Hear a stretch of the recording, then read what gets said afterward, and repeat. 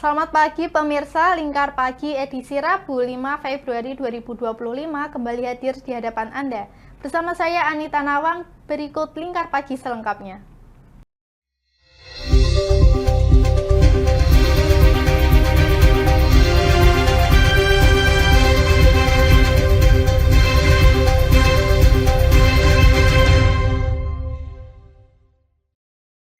Mengaku sebagai petugas kebersihan Dinas Lingkungan Hidup, kawanan perampok berhasil menggasak uang dan emas senilai 70 juta rupiah di Kabupaten Kudus. Korban baru menyadari setelah para pelaku melarikan diri.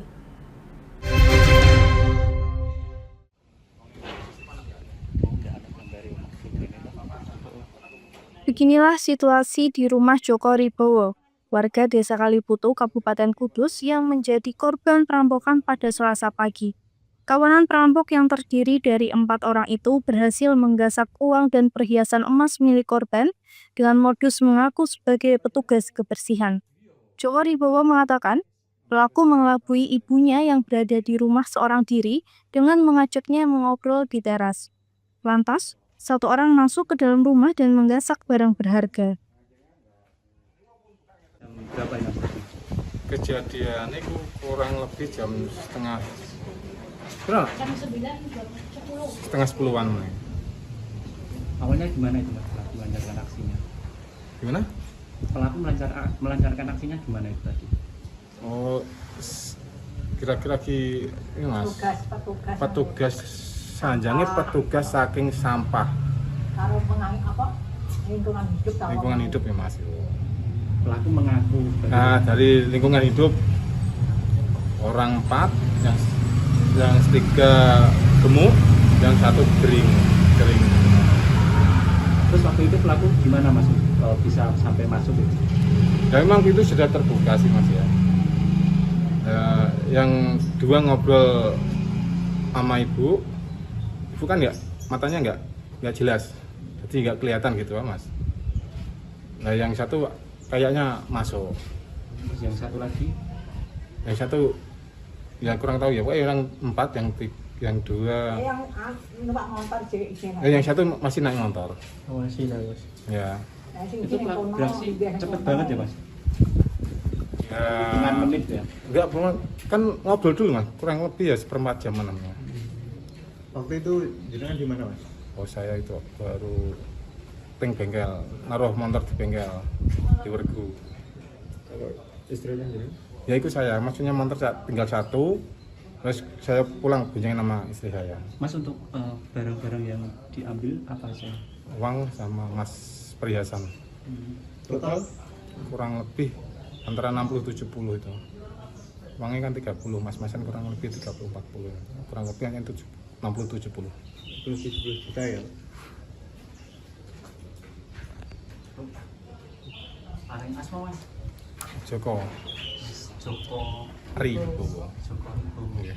RT RW pinten Mas? RT 1 RW 2 Kaliputu. Kaliputu Gang 2. Aksi para pelaku berlangsung cepat, berkisar 15 menit saja. Lalu setelah para pelaku kabur, baru disadari bahwa uang dan perhiasan di dalam rumah sudah hilang. Total kerugian diperkirakan mencapai 70 juta rupiah. Kapolsek Kudus Kota AKP Subhan mengimbau warga untuk lebih waspada terhadap orang yang mengaku sebagai petugas layanan publik tanpa identitas yang jelas. Masyarakat intinya kalau ada orang yang mengaku sebagai petugas baik itu PLN, PDAM ataupun Telkom atau petugas sampah, kalau memang resmi kan tentu dilengkapi dengan dokumen kan. Nah ini kan asal mengaku saja, kemudian menggunakan kelengahan tuan rumah, kemudian memanfaatkan untuk masuk, temennya masuk. Jadi mereka tidak sendirian, jadi ada yang mengalihkan untuk ngobrol-ngobrol dengan korbannya. Saat ini masih dalam berapa? Ini masih diselidiki ya, masih di dalam penyelidikan. Nanti kalau sudah ada perkembangan atau terungkap nanti kita rilis. Untuk modus pelaku? Ya mengaku yang tadi terakhir mengaku sebagai petugas pembayaran sama yang telat. Tadi kejadian jam berapa, Dad? Jam 9 pagi. Hingga kini, polisi masih mengumpulkan keterangan saksi dan melakukan penyelidikan untuk mengungkap identitas para pelaku. Dari Kudus, Fatur Rahman, Lingkar TV melaporkan. Kepala Perwakilan Ombudsman RI Provinsi Banten, Fadli Afriyadi mengatakan bahwa keberadaan pagar laut di pesisir Kabupaten Tangerang mendatangkan kerugian bagi nelayan setempat. Sedikitnya 3.888 orang nelayan mengalami beragam kerugian, terhitung sejak Agustus 2024 hingga Januari 2025 dengan total kerugian mencapai 24 miliar rupiah.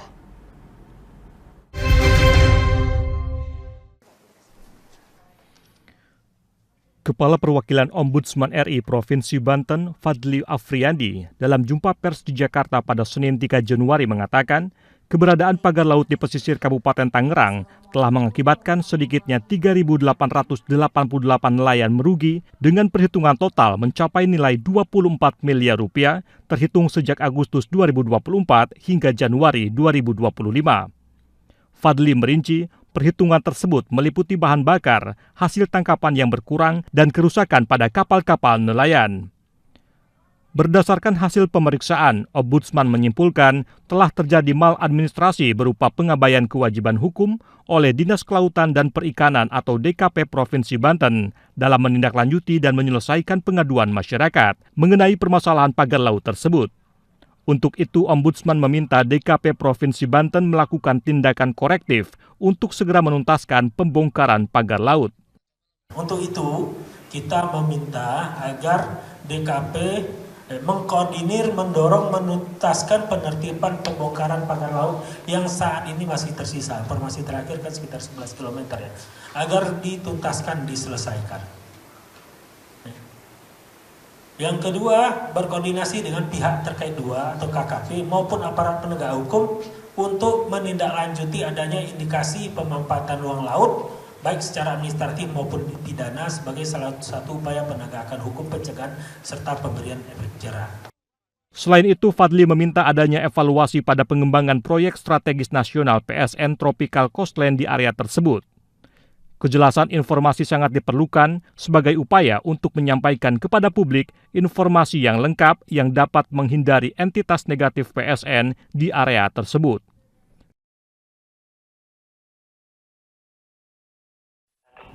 Banjir yang melanda Kabupaten Kendal pada 20 Januari lalu meninggalkan dampak yang cukup serius bagi SMP Negeri 2 Patebon. Hingga saat ini pihak sekolah masih berupaya membersihkan sisa-sisa lumpur dan genangan air yang ada di dalam maupun luar kelas. Bahkan sekolah diliburkan dan aktivitas belajar mengajar dilakukan di rumah secara daring.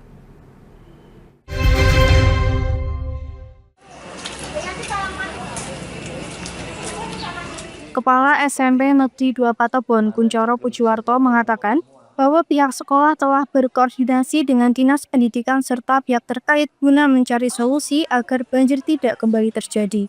Diketahui bahwa banjir setinggi 2 meter sempat menggenangi kawasan tersebut. Karena derasnya air, penjaga sekolah tak sempat menyelamatkan barang-barang penting. Beruntung 60% mebel sekolah masih bisa digunakan, namun alat elektronik tidak bisa dipakai kembali lantaran terendam banjir yang bercampur lumpur selama 1 minggu. Hingga kini lumpur masih memenuhi sejumlah ruang kelas. Ketebalannya pun bervariasi antara 10-30 cm. Para guru dan siswa pun gotong royong membersihkan ruang kelas agar kegiatan belajar mengajar bisa segera kembali normal. Untuk kondisinya bisa dilihat lumpur sisa masih di depan kelas 8 ini masih ada kotor tapi sudah tipis. Sedangkan yang di kelas 7 sana masih sekitar 20-30 cm. Kelas 7 yang bagian utara sampai ke depan ke seluruh kelas 7 dan di lab biologi masih antara 20-30 cm untuk ketebalan lumpurnya belum terakomodir.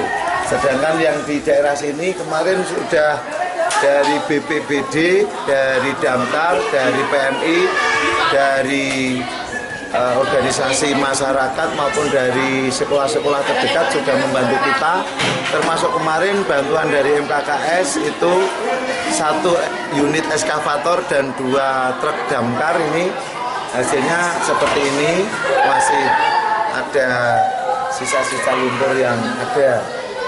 Tadinya air masuk setinggi berapa Pak waktu banjir itu? Awal masuk kurang lebih 2 meter. 2 meter ya? Iya, 2 meter. Jadi barang-barang rusak semua ini ya Pak? Karena air semua ini? Untuk elektronik, komputer semua terendam air kurang lebih 1 hari sampai 2 hari. Karena kita masuk ke sini juga sebagian bahkan di dalam lumpur. Pak, untuk kondisi saat ini, anak-anak diliburkan atau bagaimana? Siswa tetap belajar, namun kita menggunakan sistem LMS, yaitu menggunakan Google Classroom. Jadi Bapak Ibu Guru membentuk kelas virtual, kepala sekolah dengan tim kurikulum masuk ke semua kelas. Jadi kami setiap hari cek apa yang disampaikan materi oleh guru dan apa tugas-tugas siswa yang dikerjakan, kita selalu monitor dan secara berkala kita laporkan ke Dinas Pendidikan melalui bagian SMP. Kesulitan yang sekarang ini? Untuk pembersihan ini kesulitannya apa Pak? Yang nomor 1 adalah personil. Untuk tenaga, kita perlu sekali bantuan tenaga yang bisa membantu kita untuk mengeluarkan sisa-sisa lumpur yang ada keluar area depan kelas dan dari dalam kelas. Kemarin sudah diupayakan dengan berbagai hal dan dibantu beberapa relawan. Besar harapan kami bantuan dari semua pihak, khususnya dari pemerintah, lebih khusus lagi dari Dinas Pendidikan. Nanti yang pertama adalah revitalisasi fungsi dari fisik, sarana prasarana dari jalur masuk ke kelas maupun di kelas-kelasnya. Juga mebelnya bisa dilihat kondisinya seperti ini, yang terbuat dari triplek itu hampir semuanya hancur. Ada beberapa yang utuh yang dari kayu, tapi dalam kondisi bercampur dengan lumpur. Kemudian untuk elektronik dan komputer semua terendam air. Salah satu siswa kelas 9 yang ikut membersihkan ruang kelas, Nafis Hamafalah, berharap tidak ada banjir lagi sehingga proses belajar bisa kembali normal. Oke, kembali lagi bersama saya sama Malah. Di sini kita masih bersih-bersih ya. Udah hari ke-15, tapi belum bersih juga. Ketuanya? Semua anak satu kelas datang semua. Satu kelas setiap hari berarti ya? Kalau hari Jumat sama Minggu libur. Oh, ini sudah berapa hari nih kerja bakti ini? Oh, sudah 2 minggu. Sudah 2 minggu. Jadi harapannya seperti apa? Ya, harapannya semoga tidak terjadi lagi seperti ini, karena ini juga bisa menghambat pembelajaran kita. Untuk pembelajaran sementara lewat daring atau bagaimana ini? Lewat daring. Lewat daring ya? Kalau pas kerja bakti seperti ini berarti libur ya, ada pelajaran? Oh, masih ada dikasih tugas. Oh, kasih tugas.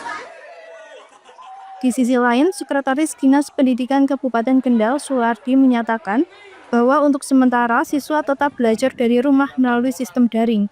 Pihaknya juga akan meminta bantuan dari pemerintah Provinsi Jawa Tengah untuk mengganti mebel dan perlengkapan sekolah yang rusak. Jadi untuk pembersihan lumpur di SMP 2 Patebon kami menunggu pengerasan dulu. Karena kalau langsung kita bersihkan tidak memungkinkan, maka jalan masuknya kita keraskan dan kami minta bantuan dari Galian C yang ada di Kendal sekitar 8 atau 9 dump truck untuk mengeraskan itu dari wadas yang keras. Setelah itu kami keraskan, setelah keras nanti baru kami minta bantuan dari BPBD ataupun Damkar untuk membersihkan lokasi sekolah dan juga mobiliar yang ada di SMP 2. Kemungkinan 1 bulan. Jadi anak-anak belajar di rumah sekitar 1 bulan. Harapan kami 1 bulan itu sudah maksimal lah untuk bisa ada PPM di SMP 2 Patebon. Pak, terkait dengan mobiliar yang banyak yang rusak seperti itu terus gimana Pak nanti? Pengadaannya.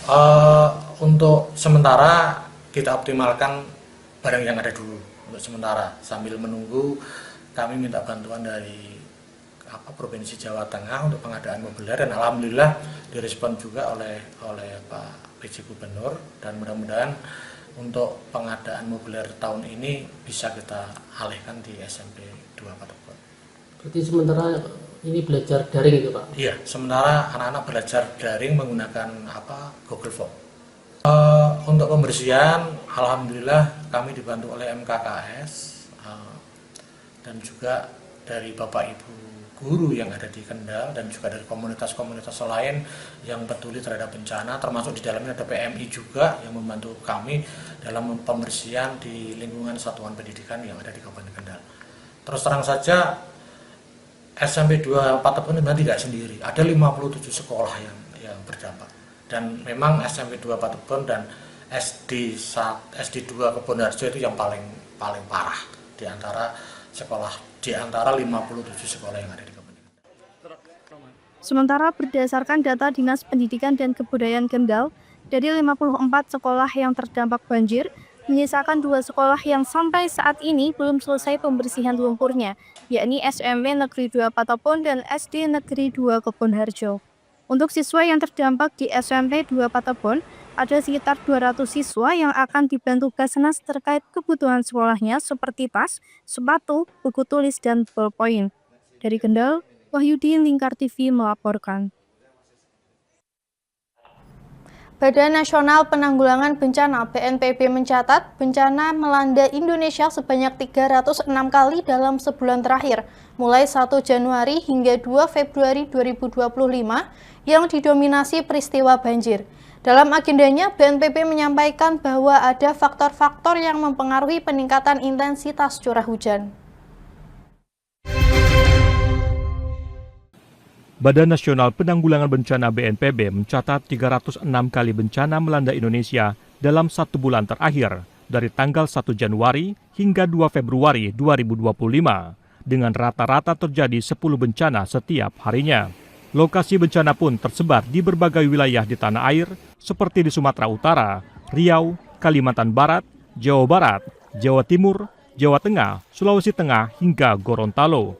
Kepala Pusat Data Informasi dan Komunikasi Kebencanaan BNPB, Abdul Muhari, dalam agenda daring Disaster Briefing 3 Februari menyampaikan, jika dihitung dalam sepekan terakhir, terdapat 57 kejadian bencana baru yang didominasi 41 peristiwa banjir. Diprediksi, tren bencana pada Januari hingga awal Maret masih tinggi, bisa mencapai 60-90 kejadian per minggu. Dengan faktor penyebab seperti peningkatan intensitas hujan dan bencana hidrometeorologi basah yang turut dipengaruhi faktor regional.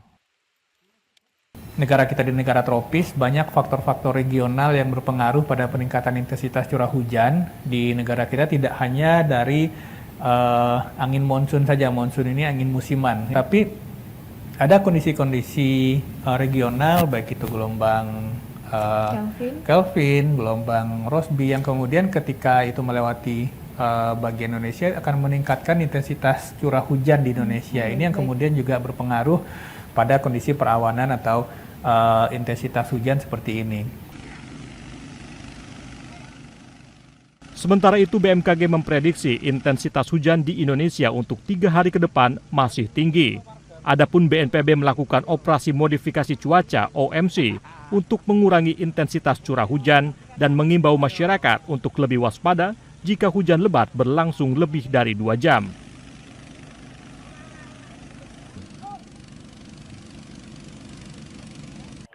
Pemirsa, kami akan kembali usai jeda berikut, tetaplah bersama kami.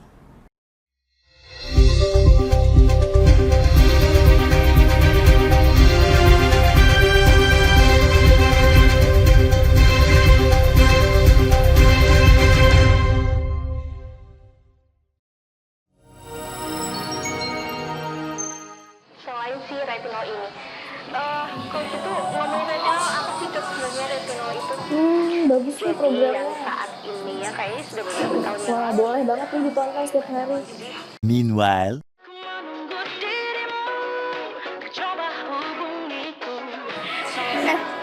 kamu lagi nonton apa sih dari tadi kok apem-apem mulu? Ini loh lagi nonton program Cantik Sehat di Lingkar TV. Bagus banget nih programnya. Oh, ada ya program kayak gitu? Ada loh di programnya di Lingkar TV. Kakak udah tahu kan Lingkar TV? Belum, kan belum tahu Lingkar TV. Lingkar TV itu TV digital streaming online yang sudah mengantongi izin PSE dari Kominfo dan bisa diakses di HP kalian mestinya. Oh iya? Iya, bagus loh. Coba di-download sekarang. Bentar deh, aku tak coba download dulu. Iya. Selain program Cantik Sehat, kalian juga bisa menonton program lainnya di Lingkar TV dan bisa ditonton kapanpun dan dimanapun kalian berada loh. Gimana, udah bisa? Udah nih, punyaku udah bisa. Punyaku juga udah nih. Wah ya, bagus dong kalau udah download semuanya. Tunggu apa lagi? Sekarang giliran kamu download aplikasi Lingkar TV di Play Store.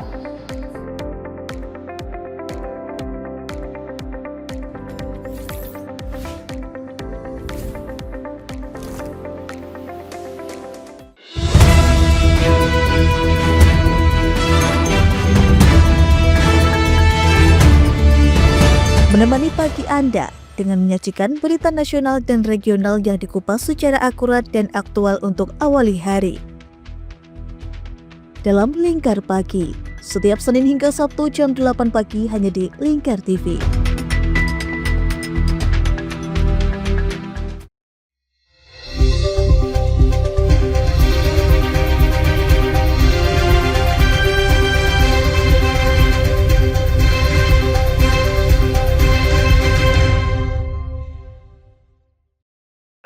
Pada Selasa 4 Februari 2025, Mahkamah Konstitusi menggelar sidang pengucapan putusan sela atau dismisal perselisihan hasil pemilihan umum PHPU Pilkada 2024 untuk gubernur, bupati, dan wali kota. Pengucapan putusan dismisal sebanyak 158 perkara ini dilakukan di ruang sidang Gedung 1 MK Jakarta.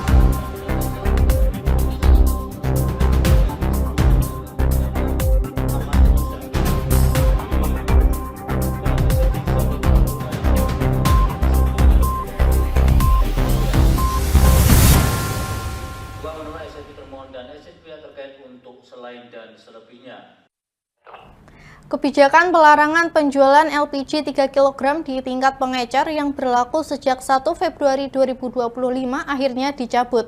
Presiden Prabowo Subianto menginstruksikan Menteri ESDM Bahlil Lahadalia untuk mengaktifkan kembali penjualan LPG 3 kg di tingkat pengecer mulai Selasa 4 Februari 2025.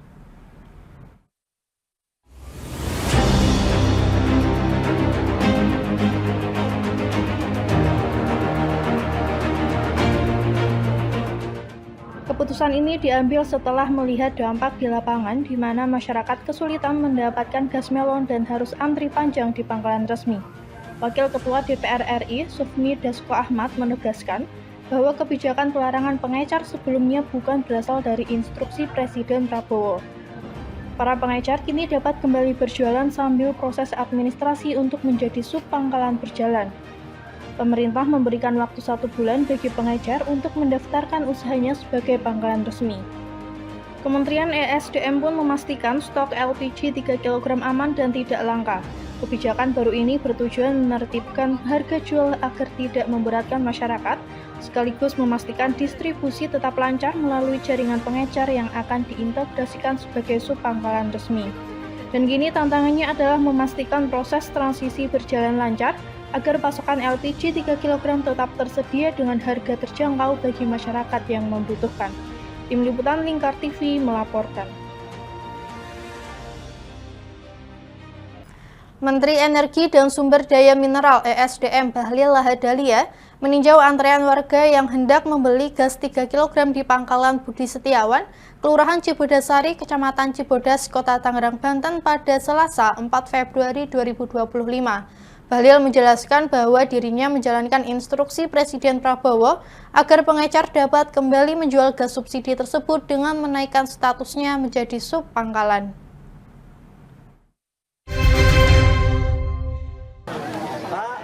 Menteri Energi dan Sumber Daya Mineral Bahlil Lahadalia meninjau antrean warga yang hendak membeli gas LPG 3 kg di sebuah pangkalan yang terletak di Kelurahan Cibodasari, Kecamatan Cibodas, Kota Tangerang, Banten pada Selasa 4 Februari.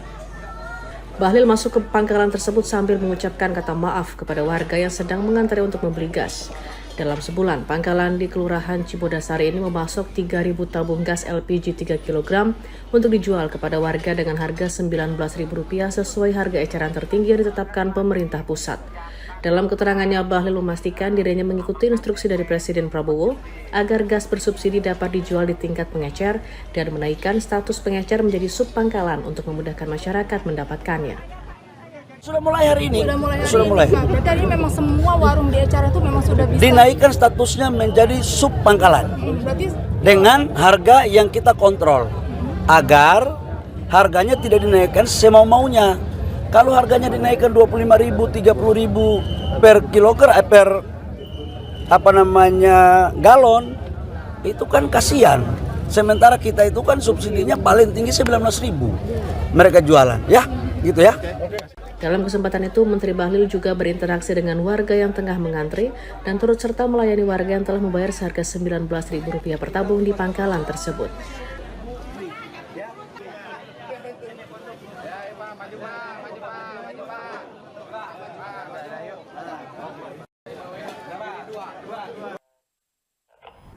Polemik kebijakan penjualan gas LPG 3 kg dari pemerintah pusat menyebabkan pemilik pangkalan di Kabupaten Semarang kebingungan. Meski demikian, pemilik pangkalan mengaku masih menunggu adanya sosialisasi baik dari Pertamina maupun pemerintah Kabupaten Semarang terkait kebijakan dari pemerintah pusat tersebut.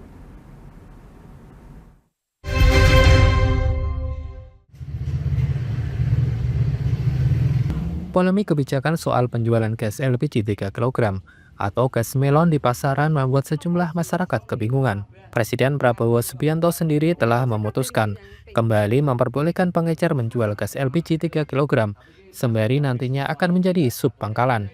Padahal 1 hari sebelumnya, pemerintah pusat melarang pangkalan menjual gas LPG 3 kg kepada pengecer. Mengetahui adanya peraturan yang sempat memanas tersebut, membuat pemilik pangkalan di Kabupaten Semarang pasrah dengan kebijakan yang nantinya diterapkan secara final. Salah satunya adalah pemilik pangkalan di Desa Kebonwagi, Kecamatan Banyubiru, Tuharno. Dirinya mengaku pangkalan miliknya ini tidak bisa menjual gas melon sendiri tanpa adanya pengecer. Kalau tidak diambil warga-warga ya tidak setuju, masalah kan payune rada suwe Mbak. Soalnya seminggu 3 kali harus ada tabung, tur harus habis. Ya saya melayani masyarakat yang beli itu bakul, beli 10, beli 15, nah itu dieser ke masyarakat gitu Mbak. Tapi kalau diambil masyarakat ya 200 2 hari dah habis itu. Pakai pengengal atau pakai yang bakul tuh sayang. Pengecer gitu. Pengecer. Kalau enggak pakai bakul ya enggak bisa keluar tuh Mbak. Orang cepet habis, sulit lah. 1 minggu 3 kali. 1 kali kirimnya berapa? 3 kali 200, 100, jadi 500 1 minggu. Pengecer ya gimana caranya cari tabung? Mau saya cuma tabung punya 200. Jadi kadang-kadang di partai tabungnya di tempat orang lain, baru cari lagi tabung. Kalau udah diambil bakul ya waduh carinya tabung gimana, padahal sebentar lagi kalau gasnya datang harus ada tabung. Pak, Bu. Nggak mungkin saya yang pasti banyak itu malah yang bakul Mbak. Nah, pangkalan nggak bisa, wong saya kalau bakul lebih dari pelaporan itu saya dipanggil ke pangkalan agen PT nggak boleh Mas, lebih dari itu nggak boleh. Nggak normal sesuai pasaran? Semua. Tidak ada keluhan apa-apa, biasa. Di sisi lain, pemilik pangkalan gas LPG 3 kg lainnya di Banyu Biru, Salpiah menyatakan rasa ibanya jika pengecer dilarang menjual gas LPG 3 kg. Hal ini beralasan karena baik pemilik pangkalan dan pengecer sama-sama menjadikan gas LPG 3 kg sebagai mata pencaharian sehari-hari. Dapat melancarkan, terus kasihan dong ini udah KTP, berjuang sama-sama tuh Mbak. Kasihan tuh Mbak, yang deket-deket saya diberi kok. Kasihan Mbak, yang itu deket-deket ya apa ki jenenge. Kasihan karo pengajar yo sama-sama cari uang ya Bu. Sama-sama cari uang juga. Terus pengajar ya diberi kok Mbak, masa apa saudara sama-sama gakulan apa itu yang penting yang kasihan karo pengajar kasihan. Terpisah Kepala Diskum Perinda Kabupaten Semarang, Heru Subroto menjelaskan, masih merapatkan kebijakan baru soal pengedaran gas LPG 3 kg di masyarakat. Pihaknya nantinya juga akan melakukan sosialisasi dan pengawasan bersama-sama dengan Pertamina. Kita rencanakan nanti. Jadi nanti pangkalan tuh agen pangkalan bagi penjualan. Pak, harus pakai identitas juga untuk di tingkat agen itu nanti. Kalau identitas kan selama ini sejak bulan apa ya itu kan sudah didata ya. Mereka yang membutuhkan menyerahkan KTP ataupun apa. Kebijakannya hanya itu aja. Perubahan pangkalan itu menjadi pengecer. Jadi nanti sosialisasi. Rencananya kapan Pak? Rencana ini kan baru cek kemarin ya rapatnya. Nanti kita rencanakan sosialisasi bersama-sama. Tapi kalau ya sebenarnya untuk pangkalan itu masyarakat sudah tahu juga. Mereka nanti bisa beli di sana.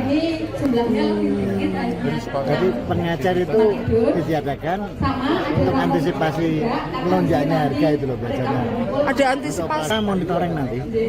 Jadi monitoring di beberapa pangkalan di bawah agen itu jumlahnya berapa, mereka nanti kuotanya berapa, penjualnya berapa, terutama harga. Pak, kalau kita hanya pembinaan dan pengawasan ya. Semua kebijakan nanti kita sampaikan ke Pertamina ya. Dari pangkalan ke pengecer itu begitu banyaknya pengecer. Nah, kita nggak sampai ke pengecer selama ini. Kita hanya pada agen, kemudian ke pangkalan. Nanti kita ceknya sampai pangkalan. Lebih dari cukup. Karena karena kebijakan dari Pertamina, setiap ada tanggal merah, ini mereka tidak mendistribusikan. Nah, setiap bulan kita membuat permohonan penambahan fakultatif pengganti tanggal-tanggal merah itu. Dampaknya sih malah bagus ya. Jadi kalau siklusnya itu dari pangkalan ke pengecer, otomatis pengecer itu kan juga butuh operasional. Tentunya akan naik harga itu. Nah, padahal harga eceran tertinggi itu harus dibatasi biar nggak dijual masyarakat harganya. Tapi baru aja rapat ya, nanti kita nunggu petunjuk dari Pertamina. Kalau memang pengecer harus sudah dihilangkan, mulai kapan kita mulai. Dari Kabupaten Semarang, Hesti Imaniar, Lingkar TV melaporkan. Pemerintah Kabupaten Temanggung, Jawa Tengah memastikan gas LPG 3 kg bersubsidi aman dan mencukupi kebutuhan masyarakat. Kepastian ketersediaan tersebut berdasarkan pantauan Tim Pengendalian Inflasi Daerah dan laporan dari pihak distributor LPG. Pemerintah Kabupaten Temanggung, Jawa Tengah memastikan ketersediaan LPG 3 kg bersubsidi aman dan mencukupi kebutuhan masyarakat. Penjabat Sekretaris Daerah Pemkab Temanggung, Agus Sujarwo, Selasa 4 Februari mengatakan, kepastian ketersediaan tersebut berdasarkan pantauan rutin yang dilakukan Tim Pengendalian Inflasi Daerah (TPID) serta laporan dari para distributor LPG. Agus menyebut Temanggung mendapat alokasi LPG 3 kg dari Pertamina sebanyak 29.625 metrik ton atau 9.875.000 tabung. Dengan jumlah tersebut, pihaknya memastikan dapat mencukupi kebutuhan seluruh masyarakat. Di sisi lain, Pemkab juga melakukan pengawasan terkait distribusi LPG bersubsidi agar tepat sasaran. Pasokan-pasokan yang lain, terutama gas, LPG 3 kilo, sampai dengan kemarin kita ketemu dengan para distributor LPG ini, khususnya untuk LPG yang 3 kilo, pasokannya masih cukup terpenuhi untuk kebutuhan masyarakat, khususnya masyarakat miskin yang membutuhkan. Pemkab Temanggung pun mengimbau masyarakat tidak panik dan berlebihan dalam penggunaan LPG.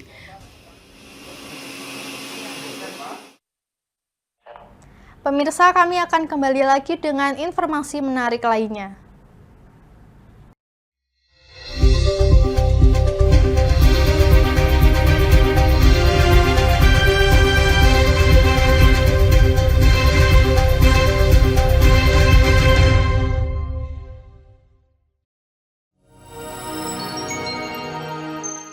Selain si retinol ini, kalau gitu ngomongin retinol, apa sih dok sebenarnya retinol itu?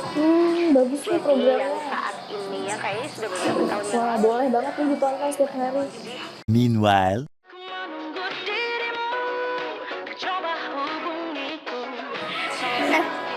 Kamu lagi nonton apa sih dari tadi kok apem-apem mulu? Ini loh lagi nonton program Cantik Sehat di Lingkar TV. Bagus banget nih programnya. Oh, ada ya program kayak gitu? Ada loh di programnya di Lingkar TV. Kamu udah tahu kan Lingkar TV? Belum. Kan belum tahu Lingkar TV. Lingkar TV itu TV digital streaming online yang sudah mengantongi izin PSE dari Kominfo dan bisa diakses di HP kalian mestinya. Oh iya? Iya, bagus loh. Coba di-download sekarang. Bentar deh, aku tak coba download dulu. Iya. Selain program Cantik Sehat, kalian juga bisa menonton program lainnya di Lingkar TV dan bisa ditonton kapanpun dan dimanapun kalian berada loh. Gimana, udah bisa? Udah nih, punyaku udah bisa. Punyaku juga udah nih. Wah ya, bagus dong kalau udah download semuanya. Tunggu apa lagi? Sekarang giliran kamu download aplikasi Lingkar TV di Play Store.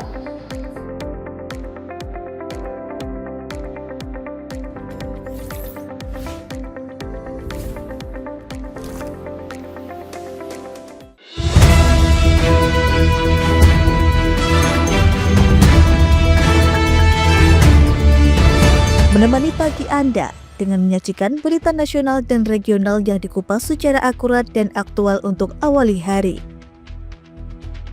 Dalam Lingkar Pagi, setiap Senin hingga Sabtu jam 8 pagi hanya di Lingkar TV.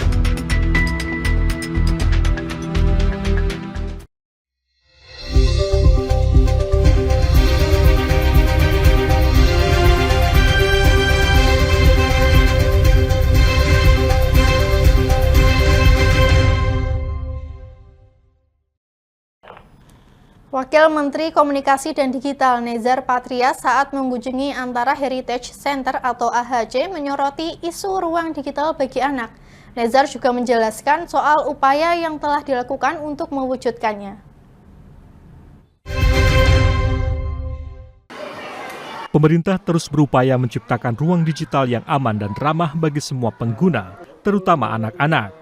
Wakil Menteri Komunikasi dan Digital Nezar Patria kepada Antara di Antara Heritage Center Jakarta Senin 3 Februari menegaskan, isu keamanan internet menjadi perhatian serius dalam pemerintahan saat ini.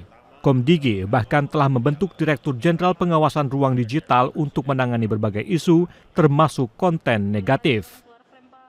Saat ini, seperti yang sudah dijelaskan oleh Bu Menteri, sedang dibuat tim kerja ya untuk mencoba mengkaji batas usia gitu, akses internet untuk anak-anak.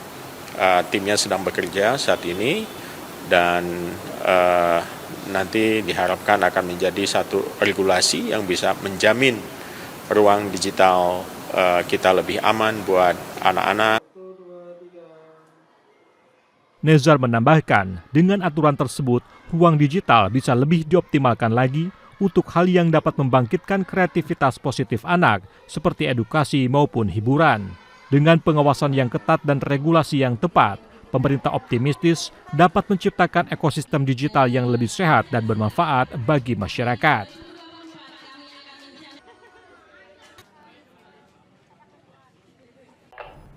Sebagian kawasan hutan lindung dan produksi boleh dimanfaatkan untuk industri pertambangan. Pihak Kementerian Kehutanan mengungkapkan bahwa pemanfaatan tersebut diarahkan pada area-area yang sudah tidak produktif seluas maksimal 10% dan harus melakukan kajian tim terpadu guna memastikan tidak berdampak pada kerusakan lingkungan.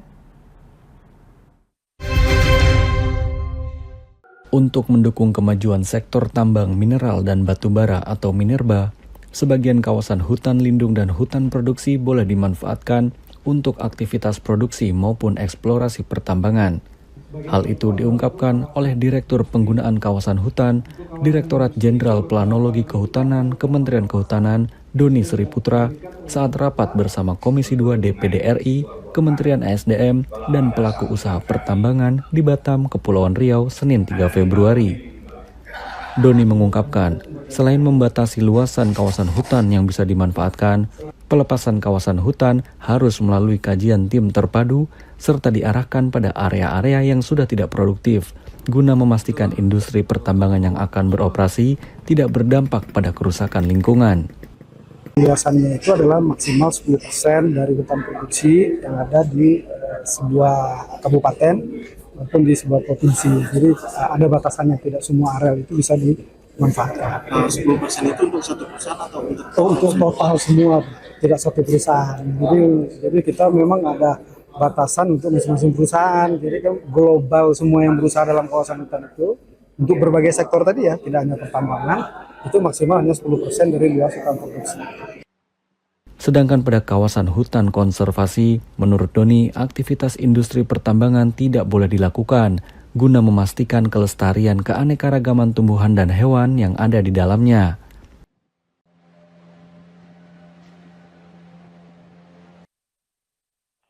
Menteri Koordinator Pemberdayaan Manusia Menko PM Muhaimin Iskandar menyebut bahwa pemerintah telah menggelontorkan 87 triliun rupiah untuk membantu peserta jaminan kesehatan yang kurang mampu. Hal tersebut menjadi bukti komitmen pemerintah dalam menjamin akses kesehatan masyarakat. Pemerintah menunjukkan komitmennya dalam menjamin akses kesehatan bagi masyarakat dengan membayar 87 triliun rupiah untuk iuran peserta BPJS Kesehatan yang tidak mampu. Menteri Koordinator Pemberdayaan Manusia Menko PM Muhaimin Iskandar usai menghadiri peluncuran New Rehab 2.0 di kantor BPJS Kesehatan Jakarta Senin 3 Februari menegaskan anggaran tersebut mencerminkan peran aktif negara dalam mendukung sistem jaminan kesehatan berbasis gotong royong.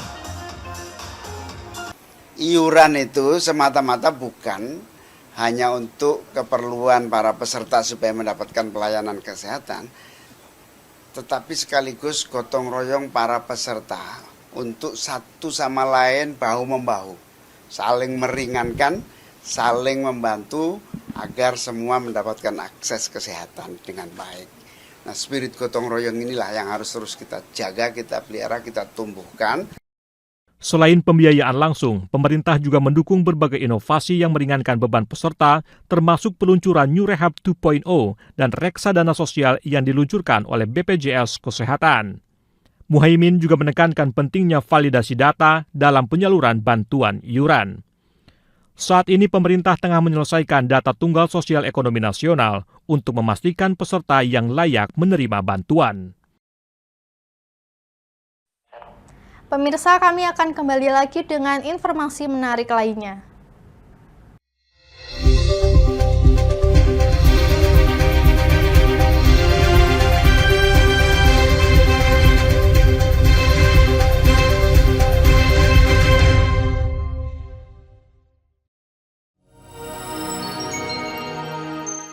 Selain si retinol ini, coach itu ngomongin retinol apa sih dok sebenarnya retinol itu? Bagus sih programnya. Yang saat ini ya kayaknya sudah beberapa tahun yang Wah, boleh banget nih ditonton setiap hari. Meanwhile,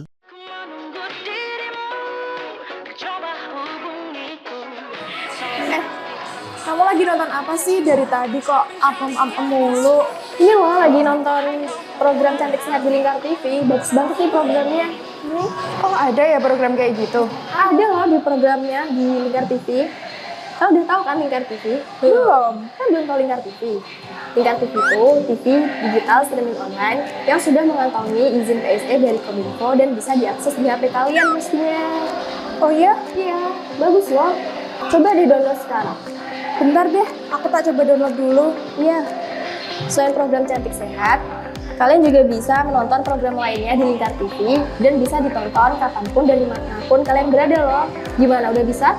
Udah nih, punyaku udah bisa. Punyaku juga udah nih. Wah ya, bagus dong kalau udah download semuanya. Tunggu apa lagi? Sekarang giliran kamu download aplikasi Lingkar TV di Play Store.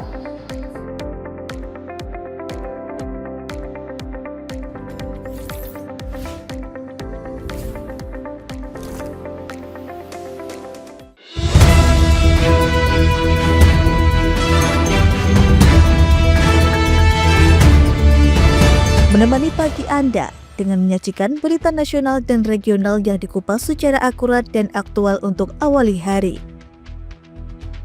Dalam Lingkar Pagi, setiap Senin hingga Sabtu jam 8 pagi hanya di Lingkar TV.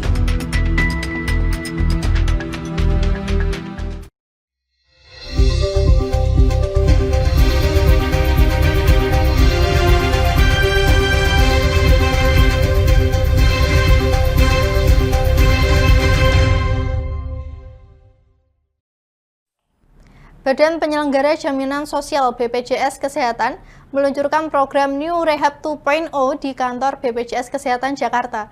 Program tersebut dimaksudkan untuk meringankan para peserta dalam mencicil tunggakan.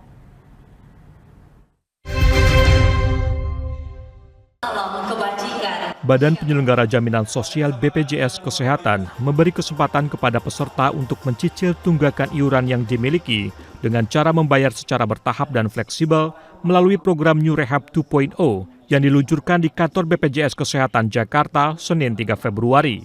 Terdapat sebanyak 222,5 juta peserta BPJS Kesehatan yang rutin membayarkan iurannya. Namun Direktur Utama BPJS Kesehatan Ali Gufron Mukti mengatakan masih terdapat sebanyak 17 juta peserta BPJS Kesehatan yang berstatus menunggak. Oleh karena itu, dengan adanya program New Rehab 2.0 ini, para peserta diharapkan bisa menjaga kesinambungan program dan lebih patuh untuk membayar iurannya. Nah, dengan tunggakan tadi, maka tunggakan iuran itu bisa dicicil secara bertahap ya, dengan aplikasi namanya Rehab, yang diharapkan peserta lebih termotivasi untuk kembali aktif menjadi peserta JKN. Adapun program New Rehab 2.0 tersebut dapat dimanfaatkan bagi peserta bukan penerima upah atau PBPU dan bukan pekerja atau BP yang memiliki tunggakan 4 hingga 24 bulan dengan maksimum periode angsuran paling lama 12 bulan atau setengah dari jumlah bulan menunggak. Tunggakan iuran yang dicicil pun lebih fleksibel, minimal 1 bulan iuran atau Rp35.000 untuk kelas 3, serta maksimal cicilan hingga 36 kali.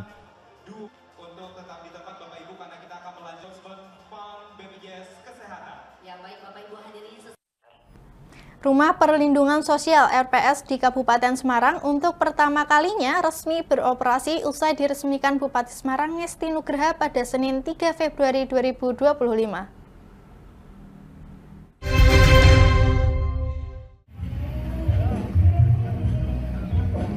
Rumah Singgah atau Rumah Perlindungan Sosial RPS di Kelurahan Keranggan, Kecamatan Ambarawa, Kabupaten Semarang berfungsi sebagai tempat perlindungan dari berbagai bentuk kekerasan yang kerap menimpa anak-anak dan wanita.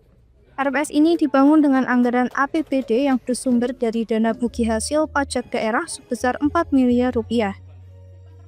RPS yang dibangun untuk memenuhi standar pelayanan minimal atau SPM di bidang sosial tersebut sudah diisi oleh 8 orang, di antaranya orang dengan gangguan jiwa, wanita, serta lansia terlantar. Bupati Semarang Ngesti Nugraha menjelaskan bahwa rumah singgah ini bersifat transit atau hanya digunakan untuk memberikan layanan kesehatan maupun jasa rawat, namun tidak dapat digunakan sebagai tempat tinggal penuh. Meski demikian, biaya orang-orang terlantar yang dirawat di rumah singgah ini gratis. Di antaranya yang kita resmikan hari ini yaitu rumah singgah Kabupaten Semarang dengan anggaran totalnya sekitar 4 miliar rupiah. Karena tahun 2024 ini sudah ada sekitar 162 ini yang dilayani oleh TKSK, Tagana, Pordam, Dinas Sosial. Kemudian juga setelah itu ada misalnya ODGJ, ada lansia, yang terlantar, ada anak-anak yang terlantar, kemudian juga anak-anak, mohon maaf ini yang nakal, juga anak-anak yang terkait dengan permasalahan hukum ataupun remaja juga perlu kita perhatikan. Nah ini rumah singgah ini misalnya ada ODGJ, ada yang terlantar di jalan, itu nanti kita timbang di sini. Kemudian nanti aslinya dari mana, misalnya dari Kabupaten A, kita komunikasikan ke sana. Ada juga misalnya tidak punya kartu identitas, kita komunikasi dengan Dinas Sosial Provinsi Jawa Tengah. Nanti kita carikan solusi. Sifatnya ini untuk transit. Dan ini belum kita resmikan aja sudah ada 8 yang ditangani oleh teman-teman TKSK, Tagana, Pordam di bawah Dinas Sosial. 8 itu diantaranya apa Pak? 8 itu ada ODGJ, kemudian lansia terlantar dan orang terlantar, wanita terlantar dari Banten, Tangerang, Pemalang dan Temanggung. Ini upaya untuk apa? Untuk memberi pelayanan kepada masyarakat. Semua kita semuanya sehat semua. Iya. Sementara itu, Kepala Dinas Sosial Kabupaten Semarang Istiqomah membeberkan ada berbagai fasilitas yang terdapat di rumah singgah, mulai dari ruangan khusus untuk ODGJ, ruangan khusus untuk orang terlantar baik pria maupun wanita, mobil operasional, dan fasilitas lainnya. Ada 4 tempat isolasi, kemudian yang ODGJ yang sudah istilahnya sudah masa pemulihan, ada 1 ruangan untuk 2 orang. Kemudian untuk shelter lainnya, misalkan lansia, disabilitas, dan anak-anak perempuan terlantar itu ada 18 bed, di mana untuk wanita 8, kemudian untuk laki-laki 6, dan untuk lansia 4 bed. Jadi karena sementara ini kami bila ada laporan dari masyarakat ada ODGJ ngamuk, kemudian ada orang terlantar, kami bingung mau bawa kemana. Apalagi kalau malam hari, kalau siang hari bisa kita bawa ke rumah sakit, bisa kita titipkan di Yayasan Keramas dan sebagainya. Tapi kalau malam hari Pak Polisi juga nggak bisa dititipin karena beda. Akhirnya kami sering kebingungan. Nah, dengan adanya rumah singgah ini sangat bermanfaat kami untuk agar tidak ada yang mengalami permasalahan sosial, terutama terlantar yang ada di Kabupaten Semarang. Bahkan belum diresmikan saja sudah ada 8 yang menghuni di sini. Kalau kita itu ODGJ misalkan itu dalam atau orang terlantar dalam kondisi sakit, kita kirim ke rumah sakit. Bisa ke rumah sakit jiwa Magelang, bisa ke Semarang, atau rumah sakit Ambarawa. Kalau misalkan dia ODGJ-nya sehat tapi memang mengganggu, dalam artinya dia dibawa karena mengganggu lingkungan, maka kita titipkan di Yayasan Keramas di Semarang, atau kita bawa ke panti rehabilitasi mental seperti di Kendal dan sebagainya. Istiqomah menambahkan bahwa orang-orang terlantar akan dirawat di rumah singgah maksimal 7 hari. Sesudahnya akan dikembalikan ke keluarga mereka atau diserahkan ke panti. Dari Kabupaten Semarang, Hesti Imaniar, Lingkar TV melaporkan.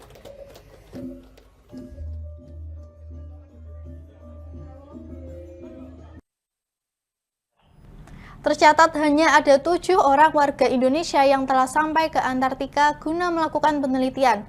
2 diantaranya merupakan peneliti dari UGM Yogyakarta, keduanya adalah Geri Utama, alumni Fakultas Geografi UGM, dan Nugroho Imam Setiawan, dosen teknik geologi UGM. Keduanya sangat beruntung pernah merasakan dinginnya benua Antartika yang berada di belahan bumi paling selatan. 2 peneliti dari Universitas Gadjah Mada, UGM Yogyakarta, terlibat dalam ekspedisi belahan bumi bagian selatan yaitu Antartika. Geri Utama, alumnus Fakultas Geografi UGM, tergabung dalam misi Russian Antarctica Expedition yang berlangsung selama Februari hingga Juli 2024. Gary yang saat itu sedang mengikuti program Magister Paleogeografi di Saint Petersburg State University, Rusia, melakukan riset berkaitan dengan rekonstruksi atlas baru wilayah Pulau King George untuk pemerintah Rusia. Ia menemukan perubahan proses geomorfologi dengan bukti penemuan fosil kayu di benua Antartika yang diperkirakan berusia 130 juta tahun yang lalu. Itu menjadi indikasi bahwa Pulau King George di zona Antartika Barat itu pernah mengalami proses tektonisme dan juga berada pada fase di mana vegetasi berkambrium, artinya dengan pohon-pohon besar itu pernah ada di Pulau King George. Sehingga ini menjadi indikasi bahwa dalam mengetahui perubahan iklim, fenomena-fenomena yang terjadi pada masa lampau.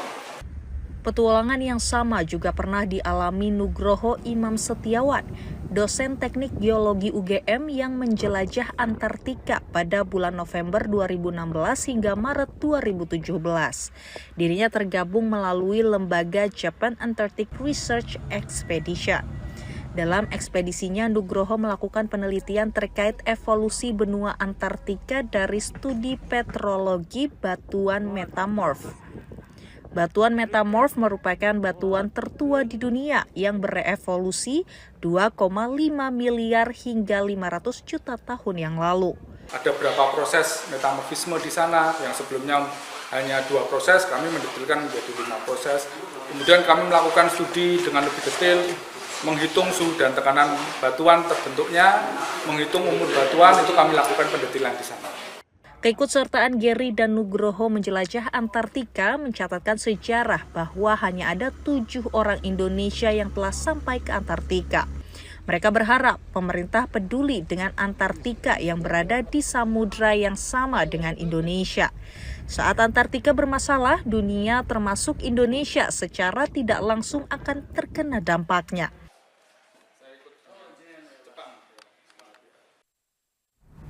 Di Kabupaten Pati tersembunyi pesona batik cap yang diminati hingga luar negeri, yakni batik Langse. Batik Langse merupakan karya kreatif dari Harsono, seorang pengrajin batik yang tinggal di Desa Langse, Kecamatan Margorejo, Kabupaten Pati.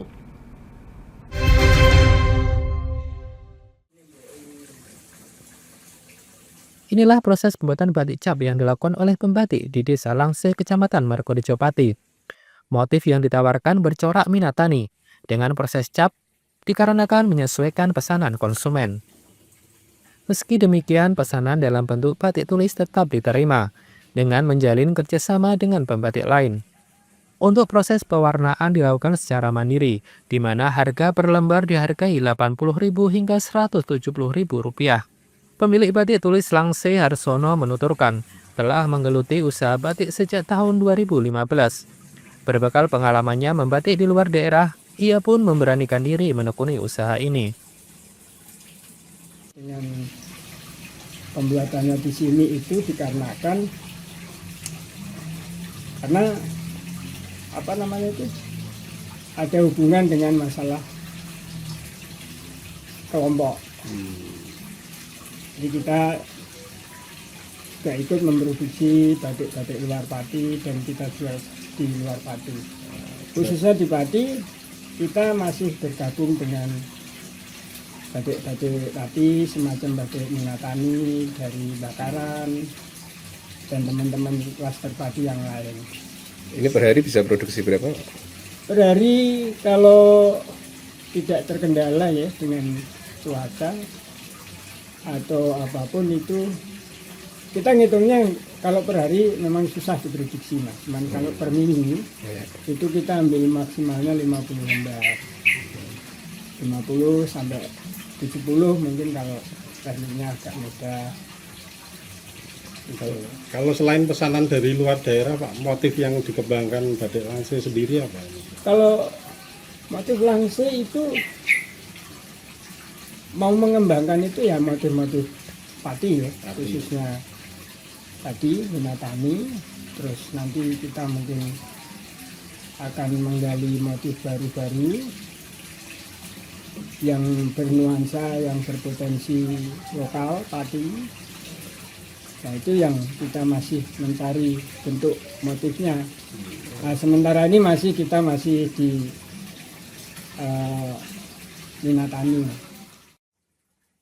Pihaknya menambahkan pemasaran di Kabupaten Pati tergolong minim, namun batiknya diminati di luar daerah, seperti Kabupaten Demak, Jepara, dan Semarang.